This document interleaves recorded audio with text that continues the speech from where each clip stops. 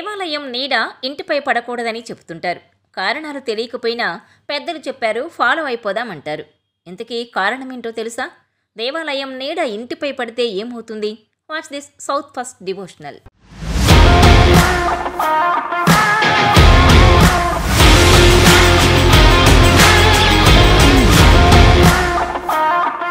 దేవాలయం పవిత్రమైన స్థలం, ఒక ప్రశాంత మందిరం.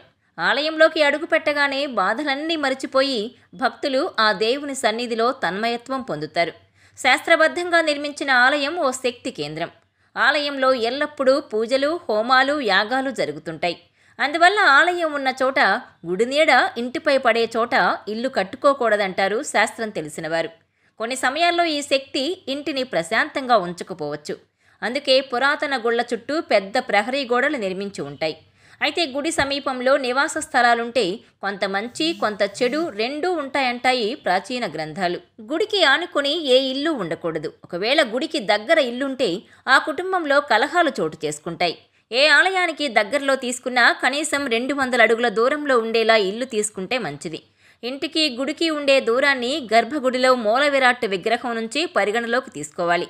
వాస్తుశాస్త్రం ప్రకారం శివాలయాలకు వెనుకవైపు, విష్ణు ఆలయాలకు ముందు వైపు ఇల్లు ఉండొచ్చట. శివాలయానికి దగ్గరలో ఉంటే శత్రుభయం, విష్ణువాలయానికి దగ్గరలో ఉంటే ఇంట్లో డబ్బు నిలవదని పండితులు చెబుతారు. అమ్మవారి ఆలయానికి దగ్గరలో ఉంటే ఆ శక్తి కారణంగా ఆ ఇంట్లోని వారు ఎవరూ వృద్ధి చెందరు, ఏ కార్యక్రమంలోనూ పురోగతి సాధించరని చెబుతారు. విఘ్నాలు తొలగించే వినాయకుని ఆలయం ఉత్తరాన, వాయవ్యంలో ఉంటే అక్కడున్న వారికి ధన నష్టం, అవమానాలు ఎదురవుతాయి, వృధా ఖర్చులు పెరుగుతాయి. ఏ ఆలయానికి అయినా కనీసం 100 అడుగుల దూరం తప్పనిసరి అని చెబుతారు వాస్తు పండితులు. ఇంటిపై ధ్వజస్తంభం నీడ కూడా పడకూడదంటారు. దేవుడి ధ్వజం శక్తి సంపన్నం, ఉగ్రరూపం. అందుకే ధ్వజస్తంభం, ధ్వజం దేవుడి వైపు తిరిగి ఉంటుంది.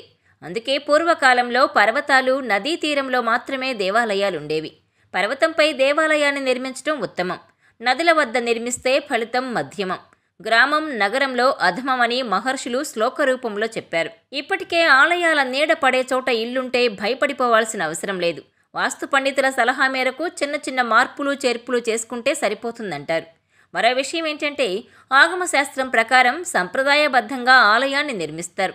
బీజాక్షరాలతో కూడిన దేవతా యంత్రాన్ని, అత్యంత పవిత్రమైన విగ్రహాన్ని గుళ్ళో ప్రతిష్ఠిస్తారు. ఆలయాల్లో నిత్యం అర్చనలు, అభిషేకాలు జరుగుతాయి. అయితే ఇళ్లలో అప్పుడప్పుడు అశుభకార్యాలు జరిగే అవకాశం ఉంది.